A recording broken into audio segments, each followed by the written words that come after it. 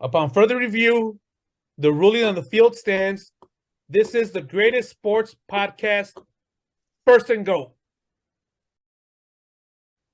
All right, welcome back, everybody. Today's July 6th, and welcome back to another episode of First and Goats. We got some catching up to do. I know you guys missed us last week, so we're going to dive in. Mostly NBA heavy. Let's just go over and recap some of the free agency stories and maybe touch on a little bit of boxing.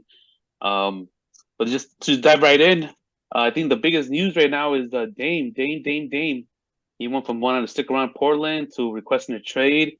Luis, that's your boy right there. I don't know. I know that's your guy right there. I don't know. What are your sources telling you? Is it true? Is it official? I'm just going by what I saw on Twitter, right? So now it's like some fans are turning on him. Is that fair? What do you think? Is that fair that the fans are turning on him? I know he wanted to stick around there, and he said criticize other players for quote unquote leaving the grind, or maybe I kind of butchered that, but he and I think Paul George kind of brought that up or reminded him about his one of his tweets. So, what do you think? I mean, is it fair for him to take off, or should he stick around? Yeah, to be honest with you, I'm a big. I like his game, and I've always liked Damian Lillard.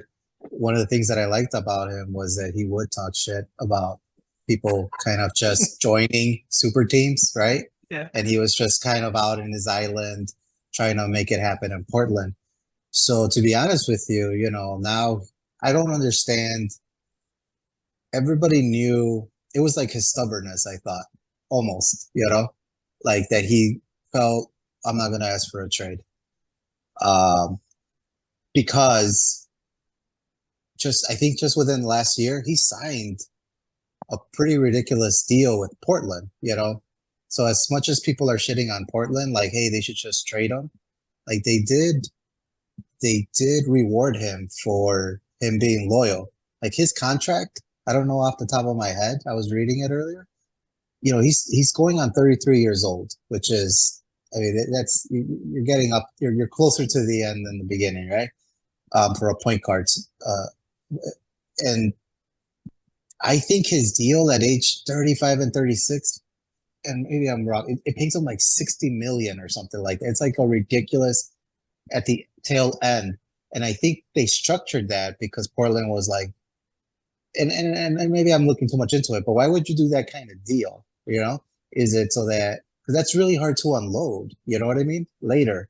So it might have been a deal like, hey, yeah, you're going to stick it out here and we're going to reward you with this contract so that at the tail end of your career, maybe he retires there, right? But anyway, a year into it, now he's like, I'm out and I want to go to Miami. And if you trade me anywhere else, I'm not going to be happy. Because his agent supposedly is telling all the other teams, like, don't even bother sending in you're going to unload all your draft picks and an all-star player, and you're going to get a very unhappy Damian Lillard, that's going to try to, and that's what his agent is telling the teams out there. So, I'm a little sour on Lillard, the way he handled this whole thing. It's either you ask for that trade a while before you sign that contract, or you stick it out. You know what I mean? You can't do both. You can't sign this ridiculous contract and then demand the trade. So yeah, man, I think all the criticism is fair. Unfortunately, I think once he does get moved, I think he will get moved. All will be forgiven because then the excitement will be on wherever he ends up going. Dan, what do you think? What's your take? Shocked. I am fucking. I'm so. I was not expecting this take from Luis at all, man. Not from Dame fan number one. I must not be listening to the right sources. I had not heard that the agent's telling the other teams don't even bother. He only wants to go to one team. I didn't know that. I heard that Tatum's like talking to him about, what do you think about coming to the Celtics? I don't know if Dame's just like shutting everything down. I always try to kind of side on the side of the players. I think that Dame was clear with him, and he didn't want to ask for the trade because of everything that he had said, because he didn't want to be that guy.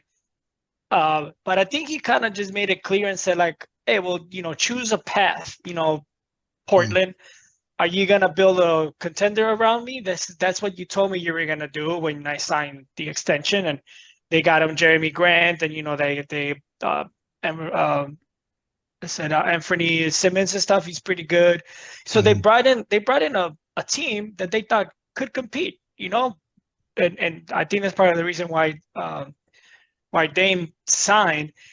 But once they selected and they wanted to keep the number 3, then I think Dame was just like clear, like either build a contender around me, this is what you promised me, or go young and rebuild. But I don't want to be part of the rebuild. And he just left it at that. But I think Portland's the one that's handling it wrong, because they know not an ultimatum, but he's just told them like, hey, this is how I see it. I don't want to be a part of the rebuild. So that you're sticking with number 3 and rebuilding, or you're gonna trade it and build a contender around me. And they're trying to have it both ways, which sucks because I think Dame has been very loyal to them.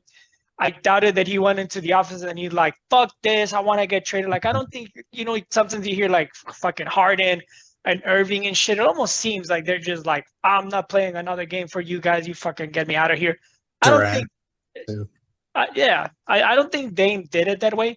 I think Dame just said like, hey, well, it looks like you guys want to rebuild, and I just don't want to be a part of that, like I had mentioned. So, if find me a spot where I could compete. I have no idea if we could talk about this later, but I don't understand why the Heat would be his number 1 or only choice. Yeah, I don't get that either. I just maybe because I thought about it, but maybe because if he goes there, he's the go-to, the number 1 guy, and if they go to the finals and win the champ, he's. I mean, I guess it's leadership-wise, maybe it's Butler's team, Bolster's team, but I guess the guy would be Dame, right? They win the championship. He's the one that he goes in Boston. It's gonna be Tatum's team. If he goes to I don't know, this Warriors. Because I heard another thing too. I don't know. That was maybe just social media. I think the Warriors were one of his other options, but they traded for Chris Paul, so that went out the door. But then again, it's just shit I've seen, so maybe they make stuff up. But I guess my take is like, hey, if you want to go, that's fine. I say it was pretty clear. He did his time. It sucks, it doesn't pan out. It's not gonna work out the way you wish. He spent 11 years. It's probably time to move on. We all know that he's not going to win not anytime soon, next 2-3 years.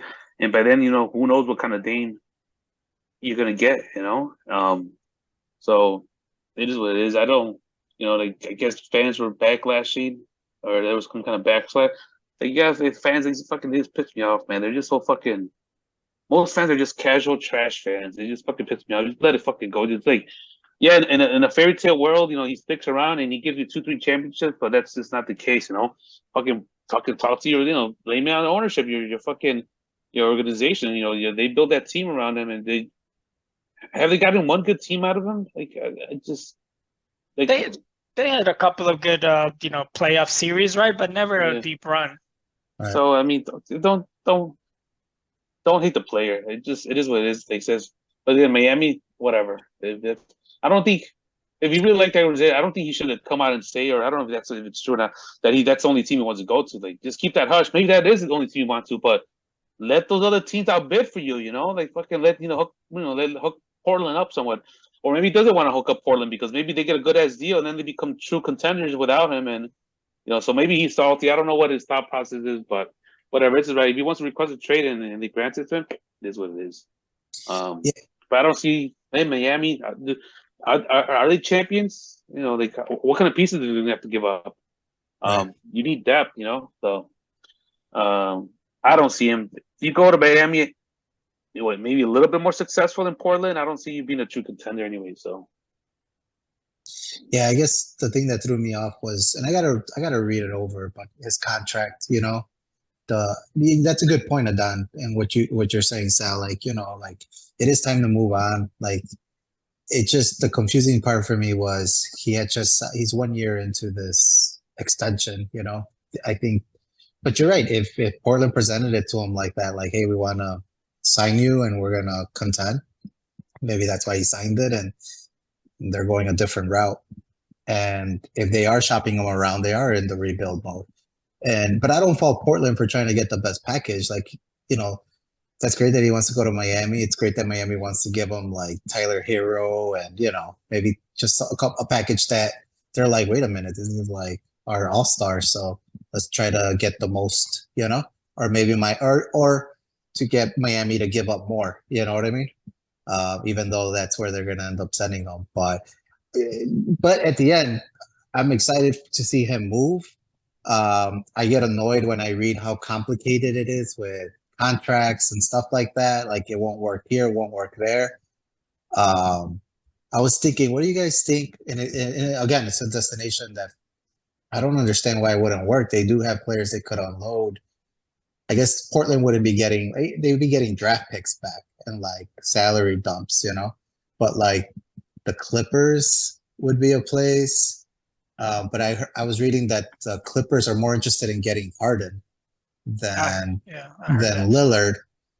And then the other place is the Pelicans, but I think they would want, if Portland, they would want like somebody that, that's going to make up, they'd have to, you would want to go somewhere where you could give up mostly like draft picks and not disassemble your whole team, So that's why I was thinking like the Clippers, and then there was another, I don't think Boston. But who would they trade from the Clippers? Well, no, yeah, they would. It would mostly be draft picks that they have, from what I was reading, and then they would unload contracts. I think is it Spencer Dinwiddie or whatever? I think he has an expiring contract. Unless I'm confusing him. Yeah, I think he's with the Nets. I think they signed him to the Nets. That's the other one. You're right. The Nets are the other team. But the thing with the Nets is that they're in rebuild mode, right? They're a young team, so that they, does it fit their timeline? So it's a fucking mess. I think at the end of the day, guys, I think he's just going to end up going to Miami, and maybe they're just leveraging for Miami to give up more picks. Give up more picks or give a better deal. But see, if I'm Portland, and this is the way I wish they would have handled it, because I think Dame was so loyal to them. I think they should have understood the situation, and they should have been the ones to come out and say, we. I guess it's hard to come up and say it, right? But it's like, we know we don't have the team to compete, and we want the best for Dame. So we're gonna look at a package that's gonna help both Dame and our team, be ready to compete in the next couple of years. Like, if they would have handled it better, it would have taken all this. I think it's minor, but this pressure from this backlash on Dame, they could have handled it that way. They could have honored his career and just said that it was their decision, and maybe that way Dame would be more inclined to also help Portland and go to a different team. Because if you want to compete, you don't want just draft picks, right? I mean, you want to be able to compete as soon as possible. So this Scoot or whatever his name is, number 3, he could be really good. I don't know. Anthony's pretty good. So if they get a decent guy in his mid-20s, they could be able to compete in the next 3 years, instead of just getting picks, which you have no idea, because I don't know, they're gonna be 2028, 2030 picks. So I think Boston for Jaylen Brown makes the most sense. You got a guy that's 26, he averages 26 points or whatever it was, 27 points. You bring in some picks along the way, and you package Jaylen and Anthony and Scoot and Grant, and you have a team that might make the playoffs, not win.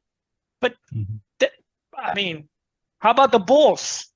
Man, that you beat me to it, man. Isn't it disappointing as a Bulls fan? They should be a player in this. I know that, I don't know, they don't have a lot of draft picks, I don't think, that they could offer, but they have players, they have contracts, you know what I mean? And I don't understand why they're not even like, and who knows, maybe they are behind the scenes, you know what I mean, with Levine and they Well, have even pieces. you know, they Like Levine. extended Kobe, right? Kobe White. Yeah. But I wouldn't they? I know he hasn't really panned out, but if you're Portland, wouldn't you want you know, like Patrick Williams and Ayo and picks instead of Levine or DeRozan? Because DeRozan's already in his Sure. mid-30s as well.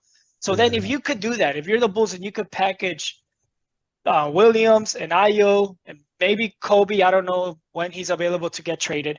I think you drop in Levine. But why I'm not saying take if Levine? you, well, I'm saying if you're the Bulls and if you could Yes. package that, and then you have Dame, DeRozan, Levine, Vujacic, and that is a contending team in the East. Ayo and Kobe.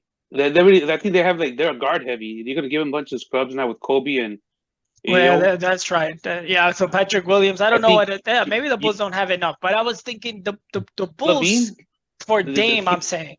I think put Levine in there. Levine and like Patrick Williams and some picks, future picks, or see that could help them out. You know, more of a contender. Yeah, you know, you got your guard, your slasher, whatever. You guys are saying Dame, DeRozan, Vujacic is a better contender than Levine, DeRozan, Vujacic. Just with Yeah. Okay. Yeah. You got your mid-range game. You got Dame from downtown and then Vooch. You know, which another thing I have a problem with all these fans getting. I think we brought it up. Like, dude, that Vooch deal is not a bad deal. The 20 million per. And I was thinking about before everybody else was getting paid this much. Dude, you're paying 20 million at this day and age for a guy that's top 5 in rebounding, fifth, and could drop 20 points. I mean, the guy was probably double teamed a lot last year because fucking the team was trash. Like 20 million at Vooch, I think that's a good signing. I keep him. I thought about it. Like, what are you gonna do? That people are bitching about that Orlando. You know, who did Orlando draft for 11? Well, we're better off with the 11th pick or whatever pick Orlando had. Like, Vooch is the better option. He's not old. He's still young. 20 and top 5 in rebounding. I say you make a move for a guy like Dame. They said maybe Levine and Patrick Williams and pick. Let's talk. You know, like I said, maybe there's a season out, but I think Dame, DeRozan, and Vooch. That's a nice. But I think Dame should be open to something like that. I'm like, why not have the Celtics? Why not have the Bulls? I know the Bucks probably won't want to do it. I don't know. You know, Holiday's not that young, but if you guys look at and I know they made the finals, right? The Heat. I know they did, and I think that's why people are so in the Heat culture. Remember, I told you guys that they branded this whole thing about being a Heat culture, and players are gonna want to go there, which I think is bullshit. But it worked in the East. I mean, if Giannis doesn't get hurt, I don't think they beat the Bucks. But it worked against the Celtics. This whole Heat culture, and is working to get Dame. But the last season, they won the division, but their division fucking sucks, right? The Southeast, because they ended up being in 8th place. There's a reason why teams end up being in 8th place. Jimmy played 64 games. Bam played 75. Hero 67. Struz and Laurie 80 games. That 64 plus 75 plus 67. That's pretty much the same as Jokic, Murray, and Porter Jr. So it's not like they were missing a lot of games. You know, like LeBron and AD played less games, and they also made the playoffs. So it's like it wasn't like injuries or something. They're just not very good. They just had a very good playoff run. But I don't think in general, and I know Jimmy steps it up in the playoffs, but then he runs out of gas, you know, because he just has to do so much. But I just think that there's better teams out there that Dame could be opening himself up to. And didn't the Heat, maybe I'm wrong but I feel like they've been gutted. A lot of their role players have gone on and, you know, they made themselves a nice payday and gone on to sign. I know one of them went to sign with the Lakers. Yeah, Vincent. I think Struz is gone too. I don't know where he went to, but he's out. And I thought the other guy too. Caleb Martin? Yeah. He's gone too. I think, or are they? Yeah, I Caleb Martin is gone. So So I mean, but all those guys they picked up from, so I don't know if they're just confident that they'll just plug in other, and then they've got Tyler Hero coming back. I don't know, but I agree with you with that 100%. I think they had an amazing playoff run, but there are better teams, you know what I mean? Yeah. That he could be, I was excited for Dame to be traded. Like I would want him to have some sort of impact, like kind of like how like Jason Kidd had when he went to the Nets, you know what I mean? Like where he would go and make a team a contender, Two or three straight finals. I know they lost them all, but Two, right, I think two finals maybe, or was it with Phoenix? For some reason, was I want to Phoenix, and then I thought he took the Nets to the finals 3 times. I could be wrong. Because I think they lost to the Lakers. They lost to the Spurs. Yeah. So Caleb Martin's still with the Heat. Strus signed with the Cavs, and that guy Vincent signed with the Lakers. Okay. Yeah. How about that Lakers free agency though? Woo. They re-upped Reeves, right? They decided to keep I can't say the guy's name. Their 3-point Hachimura. Hachimura. Russell. They brought in Vincent. So Russell, I thought for sure they were gonna let him walk, or you know what I mean, like pursue maybe another. Like, why wouldn't they pursue like somebody like Damian Lillard? You know what I mean? I would think that. I don't know. But I don't think I don't. How do you get Lillard if you're the Lakers? Because you get a sign and trade or something. Mm-hmm. But Anthony Davis. No. Yeah. Go ahead. Sorry. No, that's it. I mean, I did like that. Vincent said that might pan out. Prince, Cam Reddish is a good one. I think Russell. I forgot what they signed it, but I remember looking at the deal. Like I think it's a reasonable deal. Like he could score. He did choke in that series, but maybe he learned from his mistakes and kind of like fucking goes over that mental hurdle and the hurdle. But overall, I think they did pretty good. Like I gotta give a little credit to what's his face. What's their GM's name that I can't stand? Genie Bus? Nah, I'll get to her later. But the dude, the guy looks like Rob Lowe. Oh, yeah. Palenka. There you go. So I don't know what was saying. It was Le GM's doing one of those. It probably was Le GM, so give credit to him. But speaking of Jeannie Buss, did you see who her top 5 Lakers were? Yeah. Did you see that, Adan? No. Jeannie Buss. Can I take a guess? Her top 5 of all time. But it was worded a little weird. It wasn't top 5. Oh, it was something like the most impactful Lakers of all time. It was something stupid like that. I still think it's wrong. Right, but it was like the top all time. Anyway, but yeah.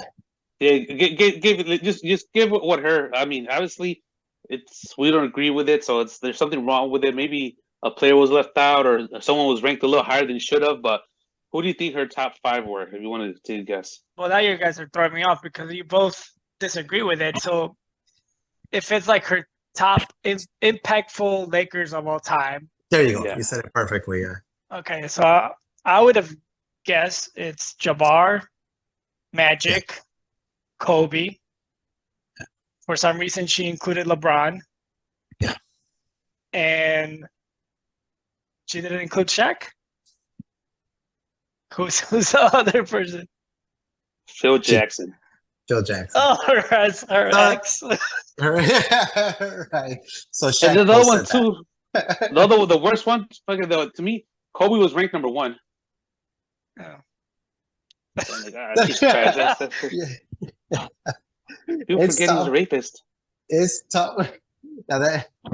It's tough, man. I get a lot of Kobe feed stuff come up on Instagram, and there is a lot of nostalgia with Kobe as a player. Like he was just different, man. I always, I saw one where he, and it's just stuff that years from now people will be like, "Damn, that's crazy."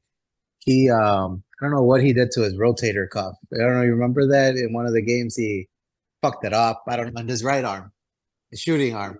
So then he stayed in Shoots the left, game and Oh. shot left-handed. The So yeah. it's stuff like he was. I think he dislocated like a finger too, right? It was like in the Yeah. timeout, they just like put it back in, and he went back and played. Not to discredit that, but I mean, I didn't play in the NBA, but I played better. I literally like popped fingers backwards and I popped them back in. I played it. You don't feel it until the next day. It starts getting swollen. No. And you and Um, Kobe have that Mamba mentality, man. That's I was playing football, friends, the yard, like just regular. I popped out my shoulder. I grabbed it because it hurt, and without even trying, it just snapped back on. And I played the whole football game. I had a great game. I had a blast. It's not until the next I game had I a woke up and I blast. couldn't move my. No, it was. I had a great game. It was like I was like, what the. I was Oh. amazed that it happened. I just touched it. I just grabbed it. It was like I'm like, what the fuck happened? Same thing. I just grabbed it. I touched it. I really just touched it, put a little pressure in it, and pop. I'm like, oh shit! I guess that was nothing. The same thing. I finished. I was playing. The next day when I woke up, I was like, whoa! I couldn't like move it. It was just like, ooh. you always So, like I have said, to one up Kobe, tell man. the legend. Hey, Right. yeah, see, and I never raped anybody. Sal, who's better? They both made the top 75, but is Dame better than Kobe? Honestly, skills wise, What do you think? for what he done, I think Dame's better than Kobe. I don't think so, man. Let's look at the stats. Not because of the stats. I think I said to me, Kobe was a ball hog. I mean, I think if Dame had Shaq, I think he would have had a few championships and stuff too. but Kobe won Dame averages without more Shaq. points. Yeah, but Gasol and Artest bailed him out a few times during those Celtics finals too. So, Okay, can I? AP stat of the night. So shoot it. Tell us. it's tied to what I'm talking about. I did a little research. So I was just looking up like points per games. I don't know, like sometimes I just like looking at stats. And I looked up the top 50 point per game players. Did you guys know that 14 of them, just 28%, shot less than 45% for their career? And remember, we were talking about this, with Bill Russell, that I'm like, I'm never going to put him in my top 5 because that guy's a 15 point per game and a 44% shooter for his career. Getting off tangent, but he shot over 45% only once in his career, a 45.2. Back when fucking Will was killing the same fucking league, this guy was, only scoring 15 point per game. So just really quick, I'm going to go. And this is not in the order of field goal percentage. This is where they rank in points per game. So Elgin Baylor, 43.1. Allen Iverson, 42.5. Bob Pettit, 43.6. Dame Lillard, 43.9. Think about that. Yeah, that's what Dame has shot for his career. That surprised me too. 43.9. The next two are no surprise. Kobe, 44.7. But that's still almost a whole percentage over Dame. James Harden, 44.2. Donovan Mitchell, 44.8. Pete Maravich, 44.1. Rick Barry, 44.9. That's right there. George Mikan, who fucking, everybody says like was destroying his competition, 40.4. Can't even round it. I can't even round it to 41, this fucking guy. Paul Arizin, whoever that guy was, 42.1. Carmelo Anthony, 44.7. Russell Westbrook, 43.8. That's pretty much what Dame shoots, 43.8 to 43.9. And we consider Dame to be just like the better fucking offensive player. And well, he is. You got to think of a situation where he's at. I'm just saying, the last guy is Billy Cunningham, 44.6. So when you think about it, when you're in Portland, you're carrying this team. There's no one around you. You're gonna have to put up shots. Kobe, if you're gonna compare Kobe had benefit. He had Gasol and guys like Shaq and other players. Like you're gonna have good looks at the basket. Like, let's be realistic. And like don't you agree? If he had a guy like Shaq or Gasol, like maybe his percentage would be he would have gotten better looks, and maybe his his percentage, and maybe he doesn't take as many shots, and the percentage goes up a bit. I mean, it's not like that's interesting, right? So when he was playing with CJ McCollum, like those seasons, what did he average? So when he was by himself, I don't know. But Kobe played by himself, and that's the best without Shaq or Gasol, and he was doing the what was his percentage? His percentage was low. That's all I'm saying. But he was doing the Jordan thing, averaging 35. Well, you got like 2-3 guys trying to hack on Shaq. Westbrook did it by himself too. I mean, I know he kind of like with the Lakers showed himself not to be the all-time great, I guess. I don't know. But when Durant left them, he was by himself for what, 2-3 seasons. Yeah. You fucking led the league in scoring and had a triple-double, fucking 30-point triple-double season average. So that's you can't great. you can't tell me that he wasn't forcing it either. So some of his shooting percentage it sucked. It was to me, like say it was a triple double, but it was like an ineffective triple double. He just fucking chucking up 3-pointers and fucking field goals for stuff. His turnovers for trash. Like it's just like I don't know. So like that's what I'm saying. Like it's he did get a triple double, but at what cost? I'm just going with the shooting percentages, and Dame is right there with Russell Westbrook, and Kobe and James Harden are higher than him.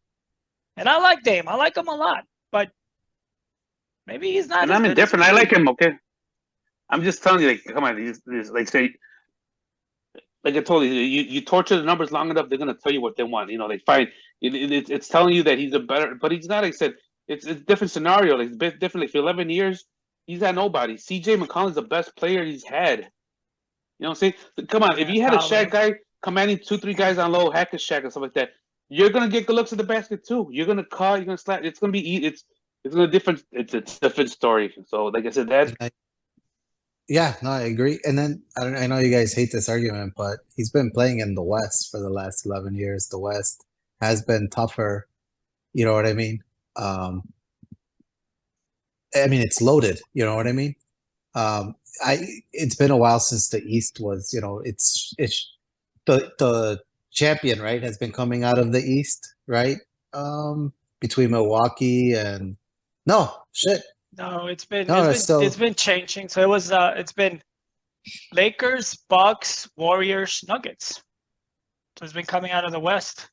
It's been coming out of the West, yeah. So I just feel like it's a tougher conference too, But do you think? Yeah, I think the conference was tougher. But what about just point guards in general? Don't you think that the league has been like blessed with a lot of really good point guards, in both conferences? On both sides, yeah, absolutely. That's something too. The position, like Dame is scoring and facilitating. Kobe wasn't doing none of that. I mean, he was just scoring. Your job is to score. Put the job in the back.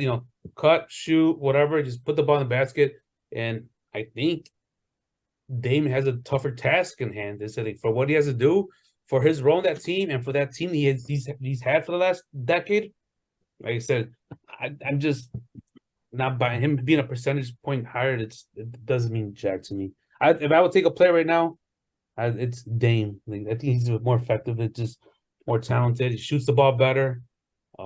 Like I said, he's done more with less. So. But I think this actually highlights just how great, like Jordan and KD and LeBron and even players like Jerry West and stuff were, because they've also had the burden, especially Jordan at the beginning. He was asked to do a little bit of everything too. And he was shooting fucking over 50% and averaging 37 points and 8 rebounds, 8 assists. So LeBron's over 50 his whole career. KD's like right there, like 49 or something. But not everybody could do it. Yeah. No, you're right. They're generational players. Did you guys see that random? Maybe not. I should have sent it to you guys. There's a clip, and the way they cut it, it kind of feels like they're talking shit about LeBron. It's the Cavs players when LeBron was about to be a rookie, and it's Carlos Boozer, Darius Miles, and I can't even remember the third guy. I forgot. It's a long time ago. I know he'd go getting there. They were just not trashing it, but they were just kind of. I think like kind of reeling everybody in, right? It was more like you can't put so much expectations on. I think it's not like more like they were just jealous that like this guy's getting more exposure than. Okay, well that's the way the clip looked, and I was curious to see if it was more like they were telling people to calm down, because Carlos Boozer was like, "Hey, you got to understand, like we already have a player on our team that's better at his position." I don't know who the fuck he was talking about, himself or I don't know what. I think rookie LeBron was better. They had Larry Hughes, right? They had Larry Hughes, Boozer, Darius Miles. Maybe he was talking about Darius Miles. I mean, come on now. You know, like, he was a high pick too, I think. Was Davis gone? Was that Ricky Davis? He was gone by right? I think he played with LeBron. Ricky Davis played with LeBron. But they were just kind of like, that's what Boozer's at. The other two guys were like, hey, the league is really tough. You know what I mean? It's really hard for high schooler to come in and just like make an impact right away. But anyway, it's just fucking crazy because that's exactly what he did. He like immediately, you know what I mean? Made an impact his rookie year. But it just cracked me up because the first one was Boozer being like, hey, we already got a guy in this position that's better.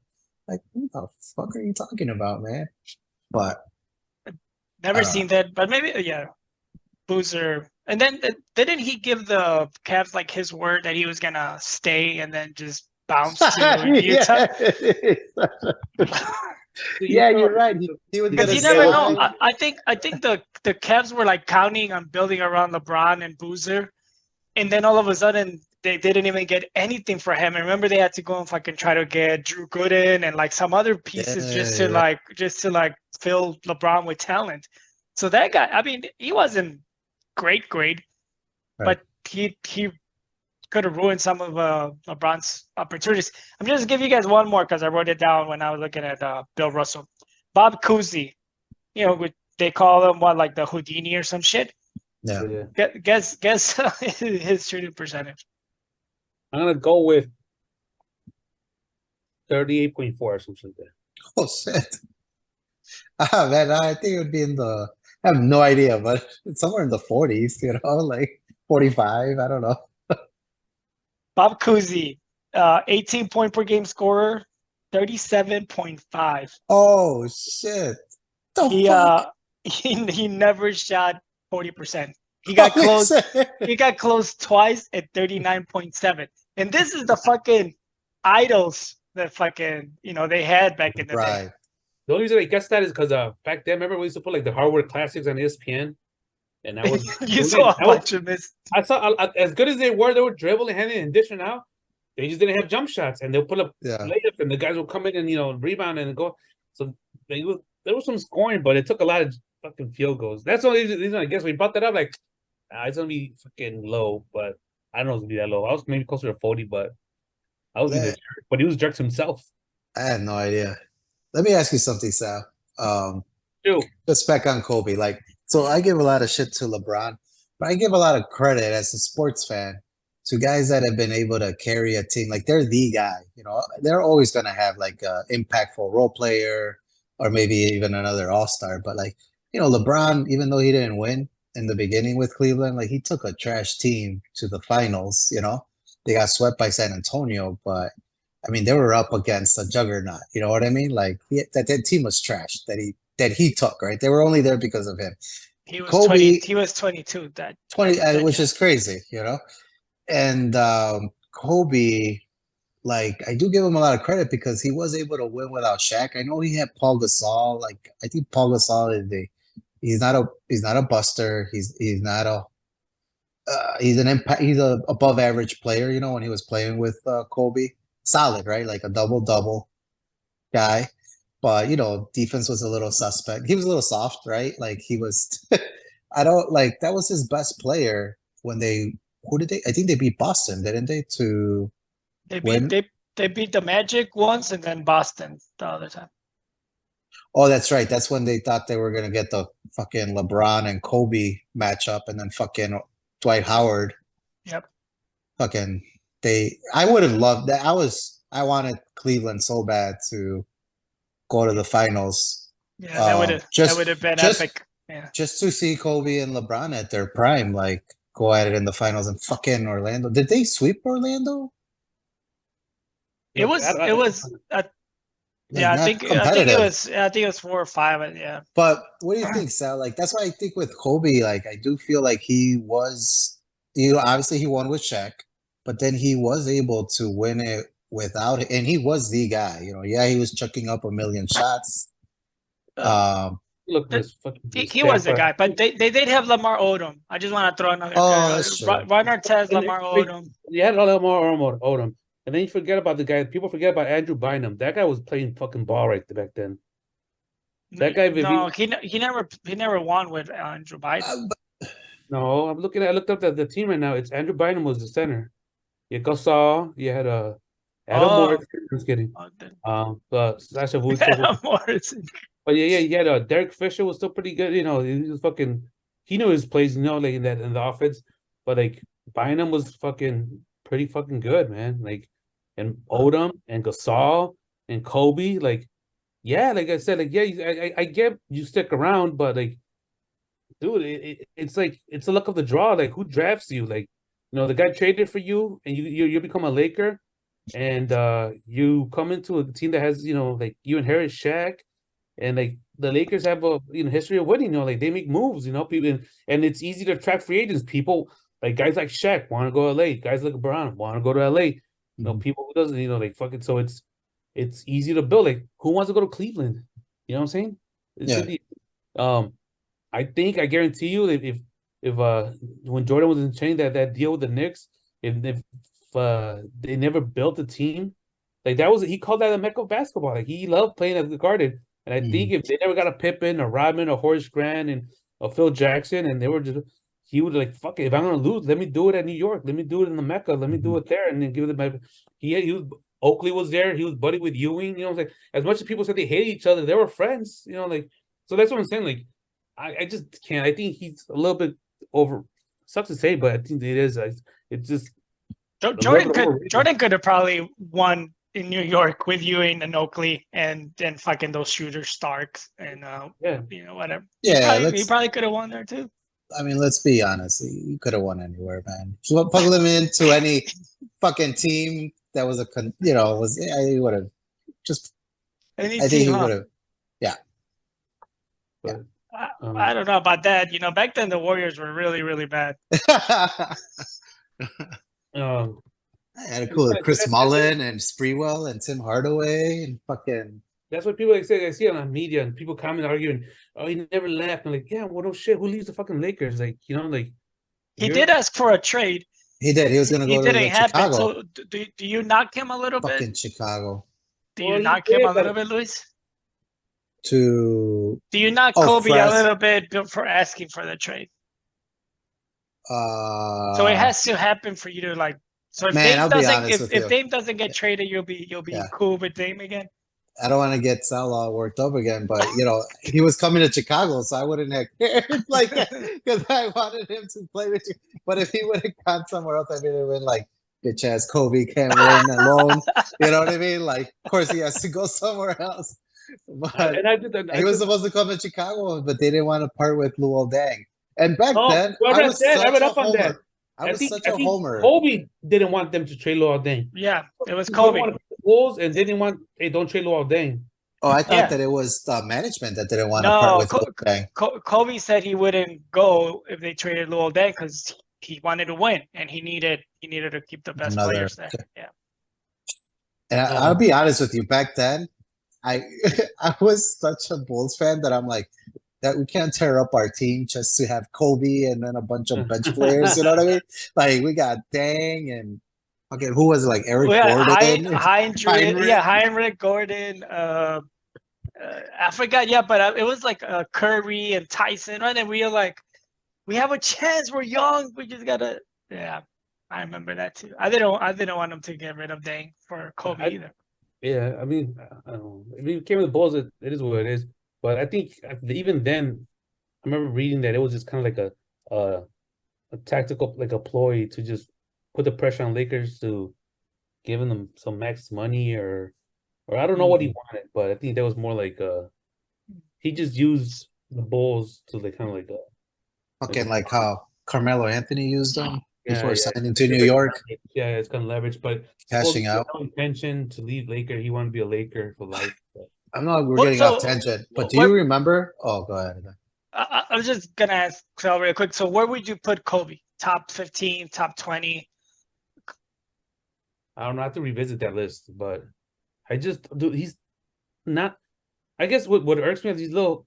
I get if it's he's in your generation and he's your favorite player, but just because he's your fucking player, don't make it a go or don't put him in fucking the whole Jordan LeBron. Fuck, like literally, if you really think that or you honestly go fuck yourself. You're a trash fan. Like he doesn't belong there. He just does not. He's not the best Laker. So how are you gonna put him as the best ever?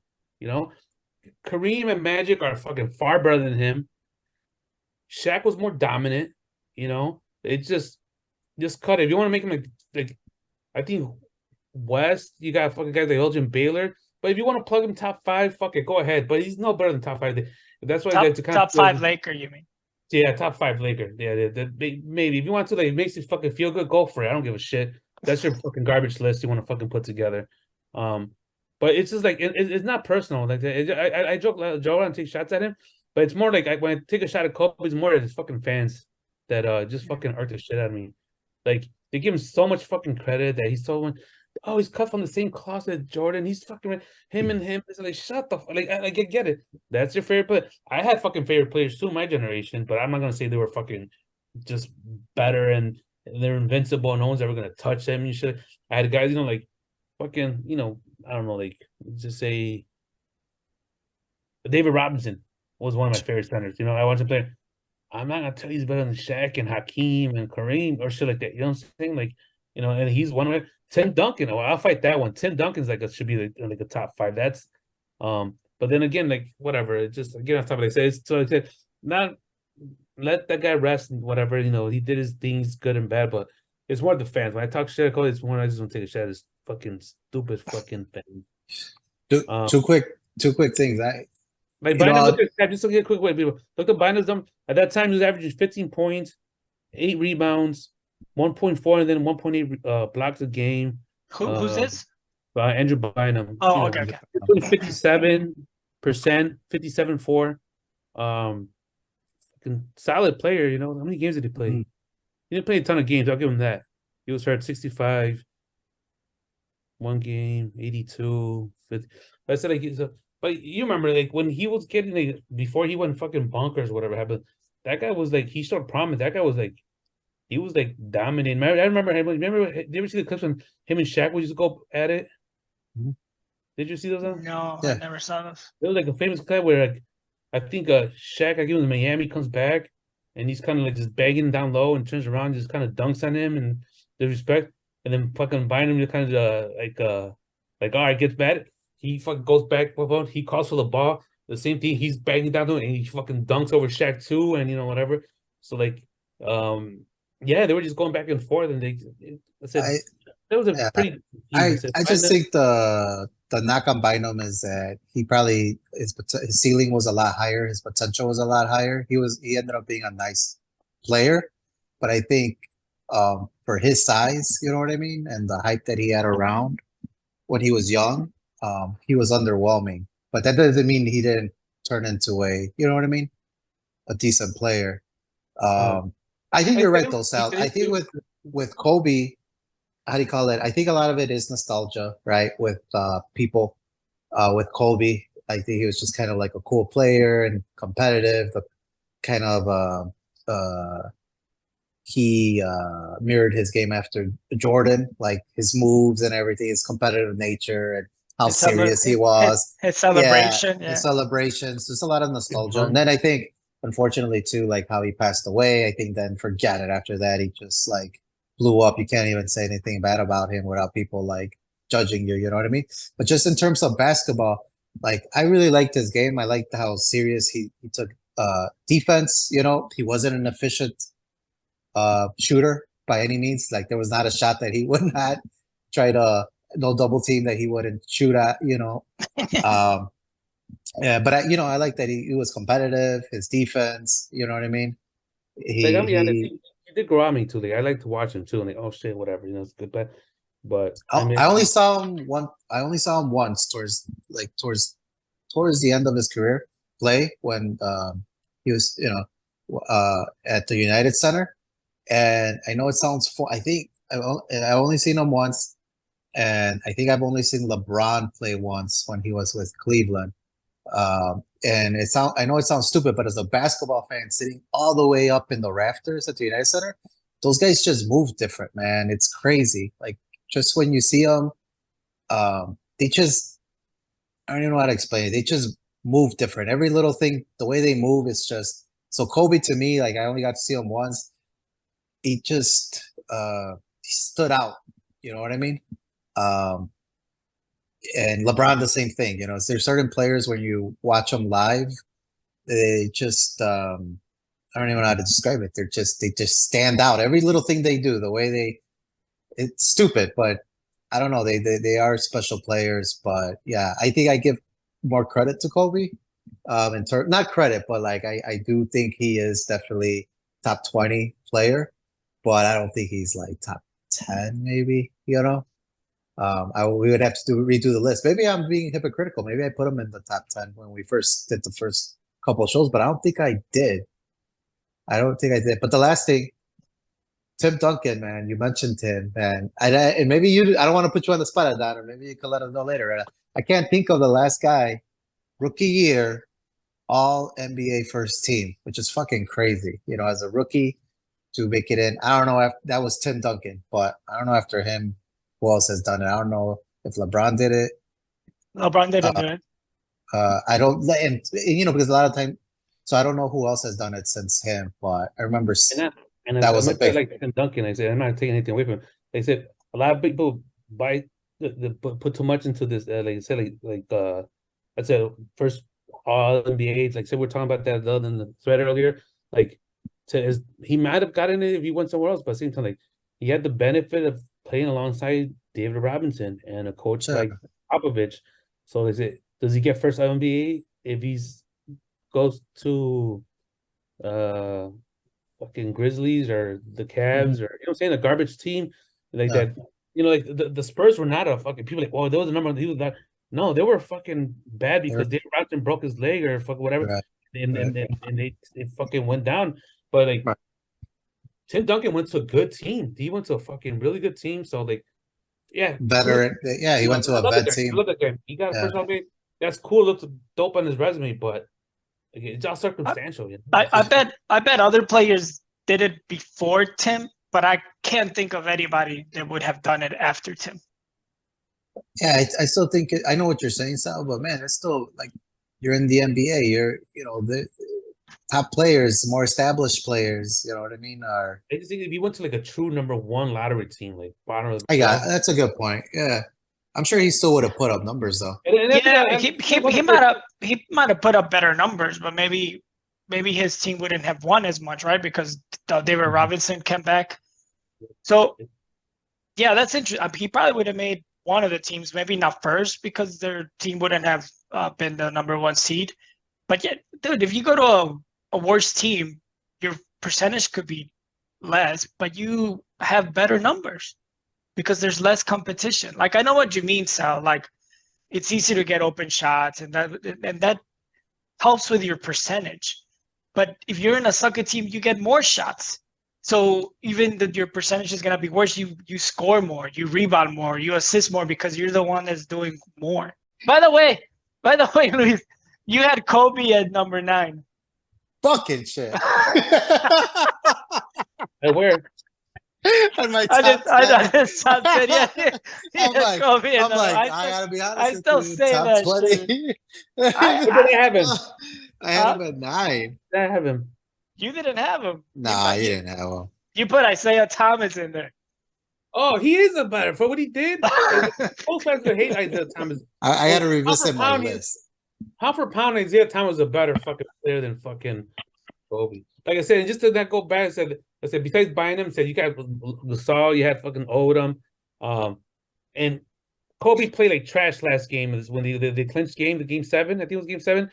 Ron Artest was the one that bailed him out. He was the one that hit big shots. Ron Artest was a better defender. He was the one locking down, doing all the gritty. Fucking, he wasn't the one like LeBron getting down low, banging down low, like LeBron does too. They already had fucking Gasol and all them for them. So that's what I'm saying. Like, people just glorify this guy a little bit too much, man. So just fucking cut that out, fucking Kobe, fucking writers, whatever. I've heard some ex-NBA players putting Kobe on top of LeBron. So not just crazy fans. I've heard players say that. No, no opinion, but those are the same guys that watch him grow up. Like, that's my favorite player. You know, like whatever. There was another one too that fucking what was the question? And they didn't even know where. I forgot. Maybe it was something about Jordan. It was like something like, I don't know, like a one-known fact, and these guys don't even know shit. But whatever, that's when they grow, and then that's when they see on the TV commercials and whatever. So be it. Like, so that's your favorite player, but do a little homework, you know? Like, he was fucking not that great, man. When he didn't have a good team, his team sucked, you know? They said LeBron did more with a lot fucking worse. So fucking just cut that shit out. He wasn't that great a ball handler. He didn't defend the best player. And his shot wasn't that great, you know? You put him enough shots and shit, they drive to the basket, whatever, you get calls. That's another rant. We got 5 minutes. It's like, oh, we have nothing to talk about. We've been talking, we've been talking for an hour. The last thing I wanted to say about that, I do miss back, and maybe it's different, back in the day when free agency came around. It was very exciting, and then the way that I would find out about it was in the newspaper, like in the Sun Times and stuff. Like, that was it. Like, there was no fucking social media and Twitter and stuff. And I think the most disappointing summer of my young basketball fan experience was the summer where Tim Duncan and Grant Hill were free agents. Do you guys remember that? Yeah. Ooh. Yeah. You know, I just always thought, you know, the Bulls just won everything. And I'm like, all right, well, it's rebuild time, and they'll come here because we're Chicago. And fucking Duncan just re-signs with San Antonio, and fucking Grant Hill goes to Orlando, right? Yeah, with McGrady. Orlando? With McGrady. And McGrady jumped, man. But anyway, I miss those days when it was like, to me, it was exciting. You know what I mean? Just not knowing what was going to happen. And nowadays, we get instant news, you know what I mean? Which is, I guess, great. But I don't know, it just takes away a little bit of the excitement for me as a fan. A little, yeah, the mystery. But I also think there's a lot of fake stuff. It's annoying shit too, man. Yeah. So Kyrie Irving fucking that guy doesn't make up his mind. What's his name? Brazard, you know, giving off like bad info. There's a bunch of things, man. That's why I don't listen to any of the rumors until it actually happens. I'm like, I don't believe it. I don't believe any of this stuff. Like, you know, what are the sources? Like, who's saying that Dame only wants to go to the Heat? I don't know. Like, who's right? You're right. Unless you heard it, unless Broussard said it, I don't fucking know. But that was the most painful free agent, next to thinking that the Bulls were going to trade for Kevin Garnett on one of the draft nights. Those were the biggest, like, man, those were the gut punches. Do you guys have some of those, like, for the NBA, like, or not really? I remember hoping that Grant Hill was gonna come. I like Duncan, but I don't think I appreciated him that much then. But then I wanted when LeBron James, obviously I was like, fucking LeBron James comes, that'd be awesome. But I actually thought the Bulls had a really good team, and I was like, if we get Chris Bosh and Joe Johnson just to pair up with the team that we already have, I thought they were gonna fit like great, you know, with Heinrich and Luol Deng and all that stuff. That we need a good shooting guard, a good power forward, and I thought we would be able to compete in the East. And what if Joe Johnson went to the Nets or something like that, or I think Joe Johnson went to the Hawks for like a crazy deal. Yeah. Where did he come from? That he was with the Hawks and then went to the Nets, or maybe to Brooklyn. Yeah. Oh, okay. He went to Brooklyn for he got paid a shit ton of money. And then he was in Phoenix. He's been in a couple spots, man. Yeah, after that he was a ISO Joe. But I don't know. One thing, I don't know if you ever watched Game Theory on HBO with Bohami Jones, Bohami Joe. But that was a good show, man, and it got canceled. And that's my little rant, and it just fucking pissed me off. I think it's no, it goes back to these fucking bullshit ass casual fans that just fucking rather see trash TV like fucking Stephen A. Smith fucking just fucking running his mouth instead of fucking something with substance, you know. Yeah, Game Theory was a pretty good show. I didn't catch it a lot because fucking playing it came out on the weekends, and I tried to catch it watching DVR. But that was a good show, man. It broke down a lot of shit, and but now I never saw it, but yeah, it's on HBO, right? Yeah. Yeah. It was pretty good. I mean, I'm sure they're still on there. It was a decent show, but it just goes to show like that should be on ESPN or whatever. But no, we got fucking trash TV. That's the shit that fucking pushed you off, and that's why I kind of ran. And it's this fucking casual fans just fucking want to see this stupid ass Stephen A. Smith, Skip Bayless shit, and it just kind of pisses me off. So fuck you, fans. Not our fans. Those other fucking fans. That's one of that shit.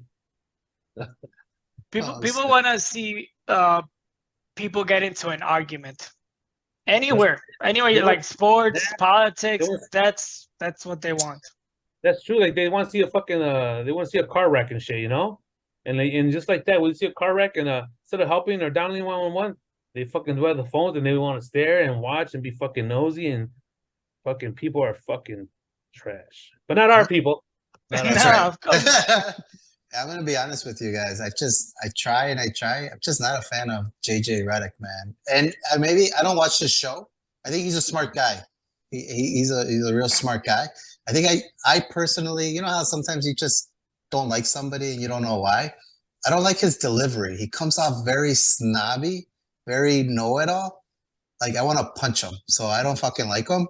And I've given him like a million tries. But the stuff he's saying, I think, is very like I'm very impressed. Like that he and part of me is like, are you fucking making that up? Like he's always like, oh, you know, in the last 10 years, Jokic has been the most efficient post-up player with under 2 minutes, and I'm like, okay, like so maybe he just does a lot of research, but in delivery, he's a little snobby asshole. So JJ Redick, I don't like you. You know what? I've seen it a couple of times. I think it's more like.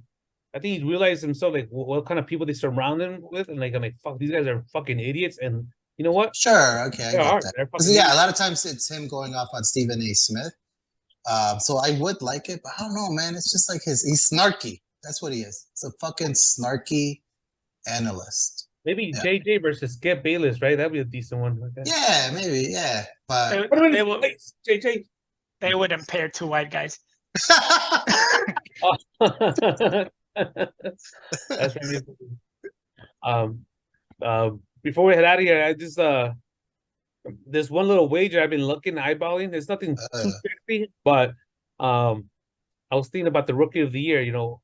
But I looked at Victor's numbers, he's only at minus 200 right now. And I think people forget about Chet Holmgren, you know, the guy give a oh shit, you're right. Yeah, you know what I'm saying? He came out, he got hurt, he plays there, you know, and he has more experience, you know. He played some college. Well, the other guy does. I see that Victor played some fucking good ball over there, right? But this guy Chet might be hungry. He had a decent summer league debut, so something to keep on. Right now, he's third favorite at plus 450. That'll be interesting because Brad Miller's no joke. Scott Henderson, Amin Thomas. You know, after that, it's kind of jumped down. And obviously Victor the clear cut favorite, but he's not that far at minus 200. But Chet Holmgren, you know, maybe a dog. He's like what, early 20s already. Who's number 2, Miller or Henderson? Yeah. Mm-hmm. Yeah, he's like at that. 50, and then Holmgren it goes to Brandon Miller at plus 1,000. But Scoot like... Henderson is what is it? Be playing with Portland, and then if they get rid of Dame, then you know, and they always tie that into the record. You know, where's your record? How did he do? So, that's with OKC. OKC has a good team, a decent squad. Now you're gonna throw Chet into the mix. So I think he has a fucking Pirates chance. So right now, I haven't made a bet myself, but I am, you know, that's something for you guys thinking about. Chet scores 450. I like that. Good deal. Pick up the week. Maybe. Isn't that yeah, didn't Oh, I isn't that like kind of him. like Blake Griffin did? Like he missed his rookie season and then did he win Rookie of the Year when he came back? Maybe I'm fucking that up. I think rookie. They played. I don't remember him being hurt. I thought he was hurt Someone his got first hurt. year. Let's look it up. Hello, it's been a minute. Let's give it a gook. I thought like It he might have broke happened his to Blake. leg or something. Like he fucked it- up. Like it he didn't might play his happen. first year, and then he came back dunking on everybody, man. Like fucking nasty. But Watch him. Maybe he didn't even win He the missed rookie. the 09-10 season, and he was considered rookie in the 10-11 season. Look at that shit, man. nice. That's right. Yeah. Didn't that happen recently too? Like Donovan Mitchell and But they tied. I didn't. They shared it. No. I don't remember, but there was something that was like a controversy too, because like, oh, he missed the whole season, and then they were considered a rookie the next season. But that's how they do it. So That's how they do it. You didn't play your rookie year. That's a good one, sir. I like that. Want to throw a couple shekels That was a on good that. one. Hmm. Russell Will Smith. No, I'm trying to see if I can find it right now, but what do you have for us, Luis? Man, it's been slow, man. I'm not gonna lie. Boxing world has been disappointing. Or sports in It could be general? Like anything. what? Yeah, It like could be anything. what I should mean, we look at? What should we? You know, so two quick things. Nothing. It is one is boxing, which is no news. Is the Canelo Alvarez fighting the Charlo twin? The one that I get them. I'm the worst boxing fan because I don't fucking get them both confused. He's fighting the one that I didn't think he was gonna fight. He's fighting Jermel instead of Jarmel, but he's fighting the one That has a loss. Yeah, that has a loss. I know that is undisputed, but he's been inactive, I think, for almost a year, maybe 2 years and change. So the contract was with the other one, with Jarmal instead of Jarmel. What a stupid setup, by the way, too. With why could it? They're already twins. Like the fuck. But I think he was the contract negotiations with Jarmal, who's undefeated 32-0, but apparently he's going through some family crisis, and they just transferred to Jarmel. See, I didn't even know that. I was very surprised. So, and then he's fighting like at the end of September. He's not even fighting his usual, which is crazy to me. He's not fighting on his usual Mexican independence. That's right. You're right. He's fighting like at the end, and I think what I heard is because the UFC has an event. Like, who gives a fuck? Like, you're Canelo Alvarez. Like you take precedence over. So I don't know what the UFC card is. Maybe it's a big one. I don't know, but that's crazy to me. But anyway, the last thing on that is, I do find it interesting. Canelo can do whatever he wants. He's the face of boxing, right? He's the cash cow for boxing. I find it interesting. The big fight I think that everybody wants to see is him fight Benavidez. And I can't take credit from this, but I heard from another boxing podcast, a guy, and I just liked his point. He's doing the opposite of what Mayweather did. When Mayweather fought Canelo, he got him really green. You know what I mean? And they made a shitload of money, right? And he dominated him because Canelo just didn't have enough. And his opinion is, even though Benavidez is scary, he does have flaws in his, he doesn't have the resume and the boxing pedigree that Canelo does, So he was saying this would be the great time for him to fight Benavidez. Instead, he's just giving him more time to get better, get stronger and whatnot. He's kind of doing the opposite of Mayweather. He just wonders if it's going to come and bite Canelo in the ass. Because at one point, maybe they will fight. Not this year, obviously, but wow, what if Canelo next year. Period? What's that? What if Canelo ends up just ducking him altogether? Oh man, but then he might do the other Mayweather route and just wait it out until So he gets, but he's gonna get older before Benavidez gets older. That's the thing, you know what I mean? So, but anyway, and then the last thing is, I don't know if you guys saw this, our boy, at least the only bright spot in the White Sox roster, Tocayo. All-star, yeah. Okay. Yeah. Luis Robert going to compete in the home run derby. Oh, that I with didn't Trace. know. I Yeah. knew him. I knew he was an all-star. I didn't know he was a. Oh, So gonna compete in it. So check that out. That's the only bright spot we have, and gonna be rooting for him. And maybe, he's gonna represent the Sox, and hopefully, he puts on a good show. I took El Bookie's consideration of betting that the White Sox were gonna win the division a little too Me too. strong, because I figure, okay, fuck it. Yeah. I'm gonna bet on them winning the World Series, because if once they win the division, like El Bookie's telling me, their odds of winning the World Series are gonna go up, and I'll cash out. There you go. Good one. I also put a bet on that they Backfired, would win fucking the backfired. division. You did? What else did I- Are we fucking jinxing them? Fuck those. But it wasn't a big bet. I was very conservative with it. But I wonder if they obviously do betting, right? Sal, on the home run derby too. Who's gonna win it? I wonder where Robert's at. I wonder if Robert, man, fuck it, just for fun. Don't give up on that. The White Sox. That's my guy. It's so early. Fucking Twins. They're not fucking up. No, the division is terrible. I mean, even though the White Sox haven't shown anything. I look up the odds for that. When I look at that, a little shout out to Lance Lynn. I don't know if he starts performance. I know he's losing effort 5-4, but he pitched 7 innings, one hit, 1 walk, 11 strikeouts. That's what we need. Kid Lance Lynn. So what do you want real quick? Look it up. Do you guys keep it, blow it up, or what? Does everybody go? Do you keep Roberts and Cease, or what's it? Doesn't it feel like it's too late to blow it up? Although maybe not, right? Because the trade is just coming up. Teams I think they have players that other teams would want. Maybe that'll fit in, into especially to make a playoff run or contenders. I feel bad saying it, man. They should blow it up. They've had this team for a couple of years now. It hasn't worked. And if you look at it, I don't have the numbers in front of me, but they haven't stayed healthy, as a unit. They haven't stayed healthy. And I think they just haven't, on paper they look great, but they've had multiple guys missing for injuries. And if it's not Moncada, you know what I mean? Yeah. And fucking Tim Anderson being out, and fucking Eloy Jimenez weekly is out, it feels like, and they haven't been able to string where those guys could just play for a consistent season. So I think, man, maybe it's just they have too many, if it's one guy and the rest of them are always playing, then you keep it, right?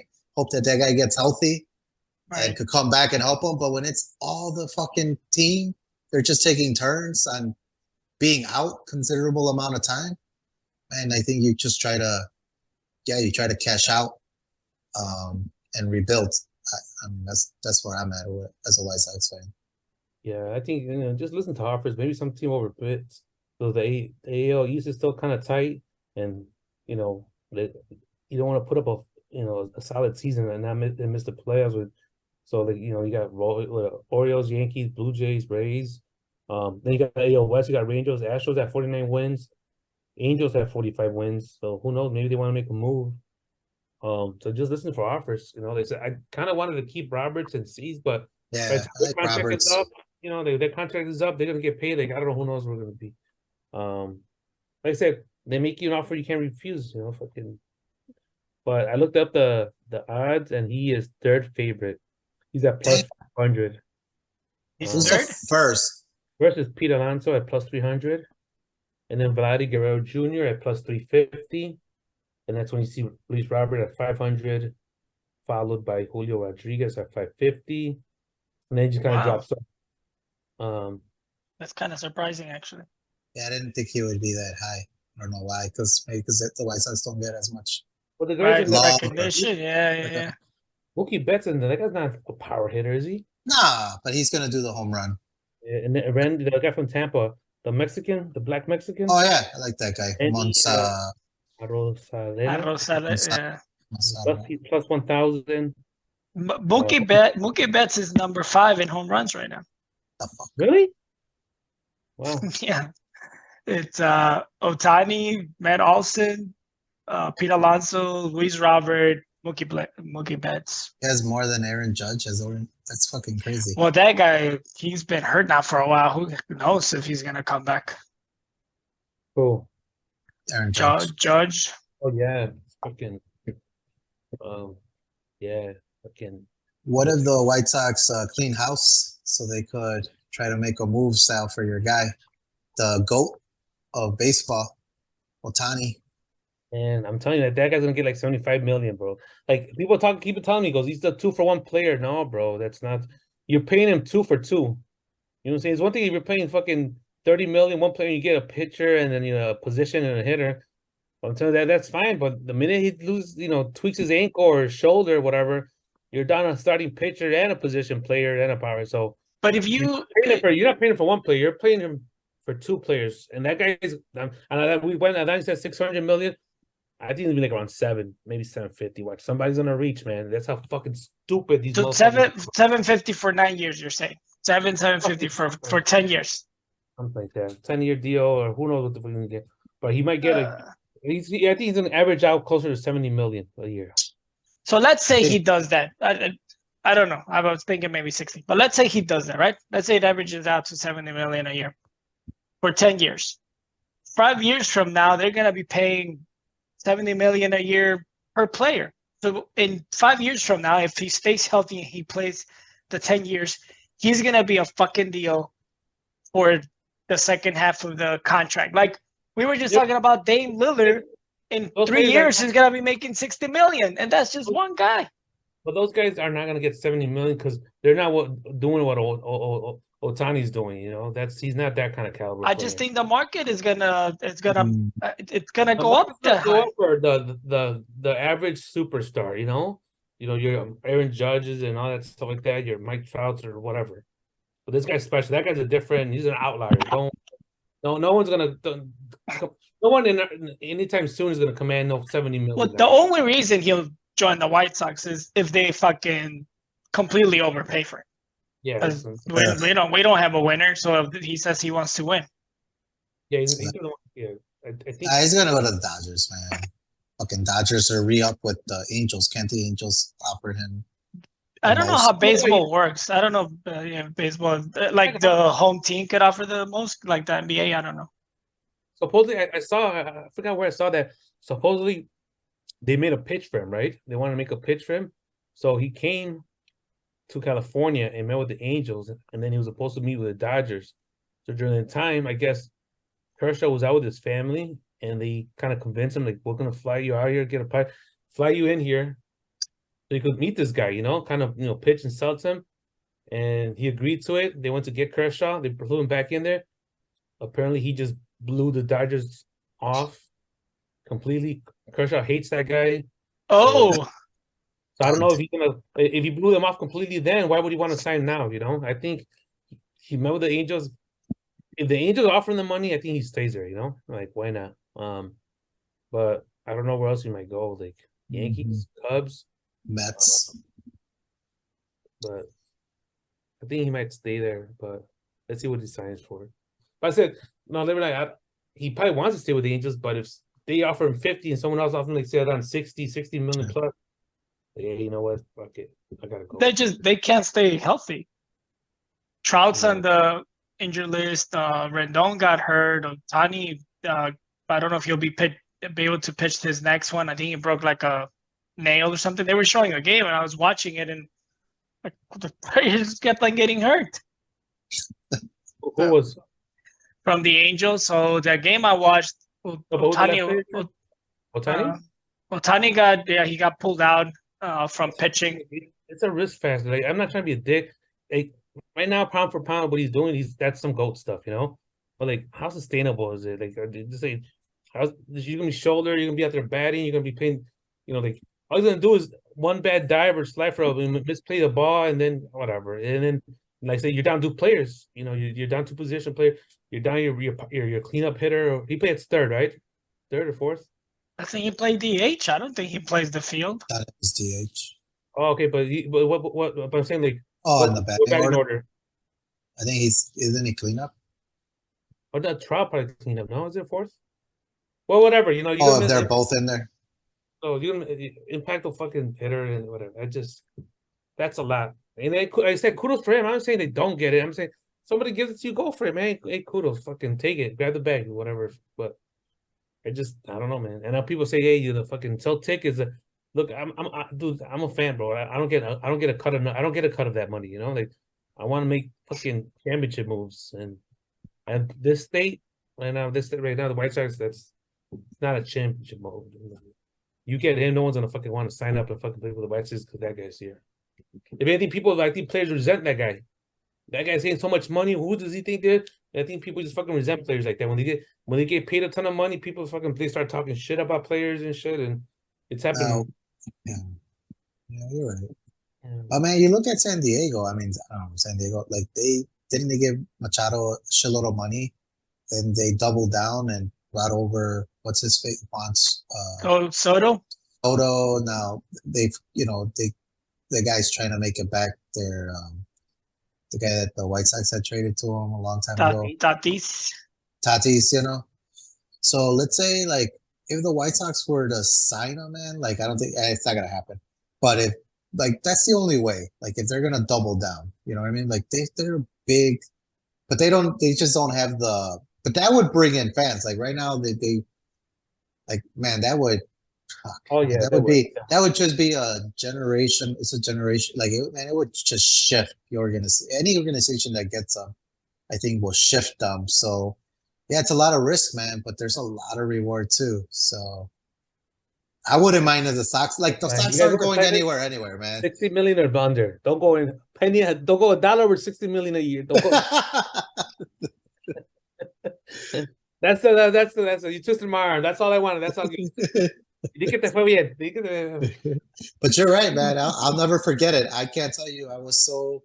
Remember when Beresito was a free agent? I wanted the Sox to get him so bad, and he signed this ridiculous deal. And I mean, you just can't live up to some deals. You know what I mean?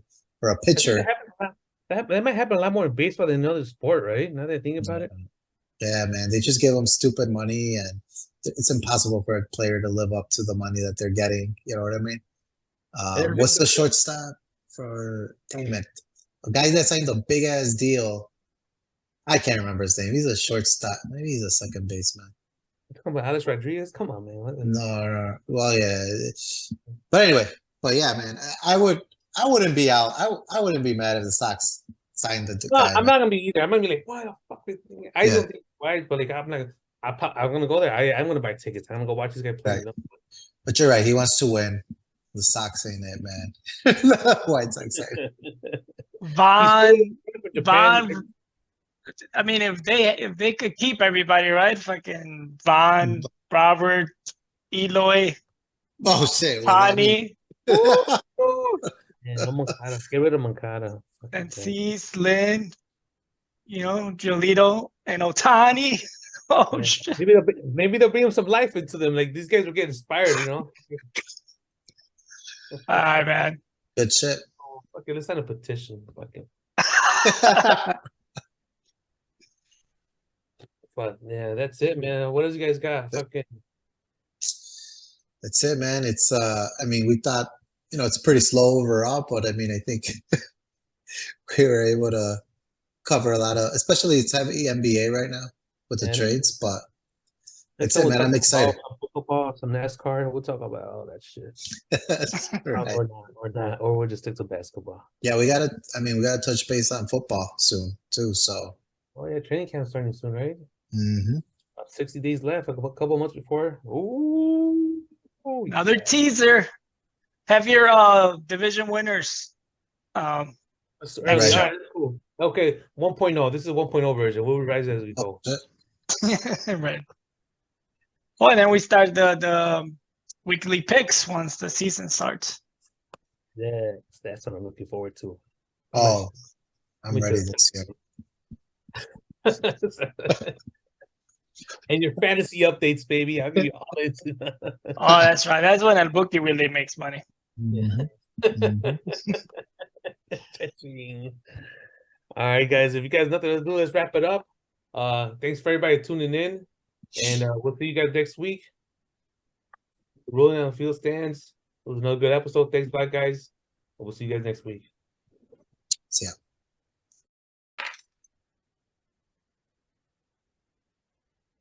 Upon further review, the ruling on the field stands. This is the greatest sports podcast, First and Goat.